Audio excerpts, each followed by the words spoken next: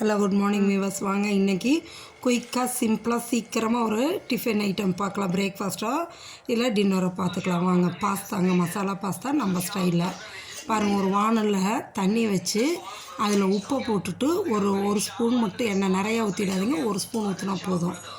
ஊற்றிட்டு ஸ்பைரல் பாஸ்தாங்க, இது ரொம்ப நல்லா டேஸ்ட்டாக இருக்கும் சாப்பிட்றதுக்கும். அடிக்கடியில் என்றைக்கோ ஒரு நாள் நம்ம செஞ்சு கொடுக்கலாம் பிள்ளைங்களுக்கு. பாருங்களேன், இந்த ஸ்பைரல் பாஸ்தா தான். அதை எடுத்து தண்ணியில் போட்டுடுறோம். போட்டு அதிகபட்சம் இது 8 to 10 நிமிஷம் தாங்க வெந்துடும்.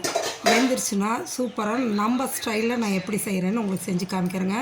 அதாவது சோயா சாஸு, கெச்சப்பு, இது கார்ன்ஃப்ளவரு இதெல்லாம் போடாமல் சைனீஸ் மெத்தட் இல்லாமல் நம்ம ஸ்டைலில் மசாலா பாஸ்தா நம்ம செய்வோம். பாருங்கள், இப்போ பாஸ்தா நல்லா வெந்துருச்சுங்க. இதை என்ன பண்ணுறோன்னா ஒரு ஸ்ட்ரெயினரில் போட்டு வடிகட்டிடுறோம். வடிகட்டிட்டு ஃபுல்லாக எடுத்து போட்டு வடிகட்டிடுங்க ஒரு கிண்ணத்தை வச்சு. வடிகட்டி அப்படியே வச்சிடாதீங்க, ஒன்றோட ஒன்றும் ஒட்டாது தான். ஏன்னா நம்ம எண்ணெய் ஒரு ஸ்பூன் ஊற்றிருக்கோம், அதனால் ஒட்டாது.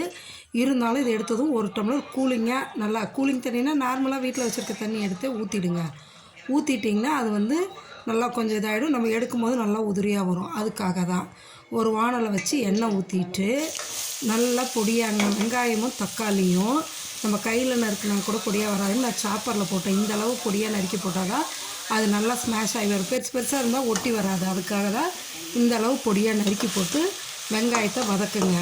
நல்லா வெங்காயம் வதக்கிட்டு இந்த கலர் சேஞ்ச் ஆனதும் தக்காளியும் அதே சாப்பரில் போட்டு நறுக்கிட்டிங்கன்னா நல்லா ஸ்மாஷ் பண்ண மாரி வந்துடும். அதே சீக்கிரமாக இது வதங்கிடும். அதுக்காக தான் குயிக்காக செய்கிறதுக்கு. பாருங்களேன், வதங்கிடுச்சு. இப்போ இதில் என்ன பண்ணுன்னா இஞ்சியும் பூண்டும் நம்ம போடணுங்க. அதில் கொஞ்சோண்டு கரம் மசாலா போட்டுக்குங்க. கரம் மசாலா சும்மா ஒரு 1/2 ஸ்பூனும், மஞ்சத்தூள் ஒரு 1/2 ஸ்பூன் போட்டுக்குங்க. போட்டுட்டு மிளகாத்தூளும் 1 ஸ்பூன் போடுங்க.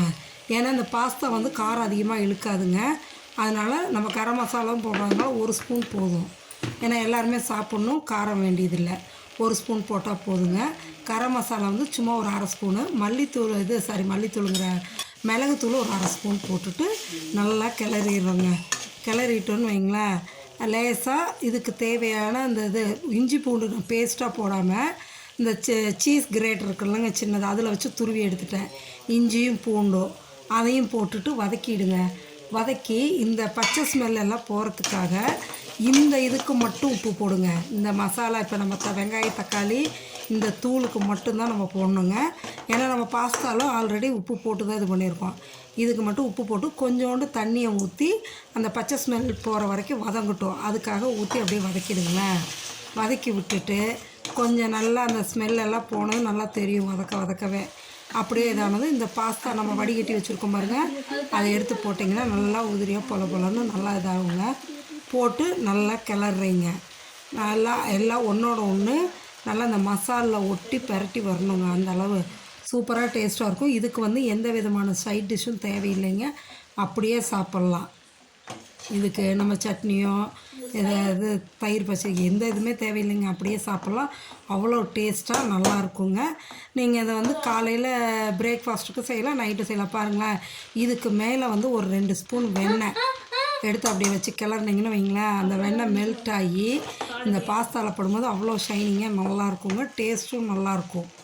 அந்த மசாலா டேஸ்ட்டுக்கும் இந்த பட்டர் இதாகிறதுக்கும் நல்லா டேஸ்ட்டாக இருக்குங்க.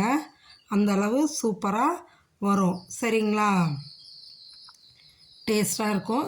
நீங்கள் எடுத்து சர்வ் பண்ணிவிட்டு அப்படியே சாப்பிட்லாங்க. நீங்கள் சாப்பிடும்போது எதுவும் தேவையில்லை. ஆனால் எங்கள் வீட்டில் எங்கள் வாண்டு இருக்காங்க பாருங்கள், அவங்க என்ன பண்ணுவாங்கன்னா இதுக்கு டொமேட்டோ கெச்சப் எடுத்து வச்சுக்குவாங்க. டொமேட்டோ கெச்சப்பை வச்சுக்கிட்டு அதை தொட்டுட்டு சாப்பிடுவாங்கங்க. நீங்களும் இதேமாரி செஞ்சு சாப்பிட்டு பார்த்துட்டு எப்படி இருக்குன்னு கமெண்ட் செக்ஷனில் சொல்லுங்கள். ஈஸியான குயிக்கான பிரேக்ஃபாஸ்ட்டாகவும் வைக்கலாம், டின்னராகவும் வச்சுக்கலாம். நீங்களும் இதே மாதிரி செஞ்சு சாப்பிட்டு பார்த்துட்டு எப்படி இருக்குன்னு கமெண்ட் செக்ஷனில் கமெண்ட் பண்ணுங்கள். சப்ஸ்கிரைப் பண்ணுங்கள். Thank you viewers.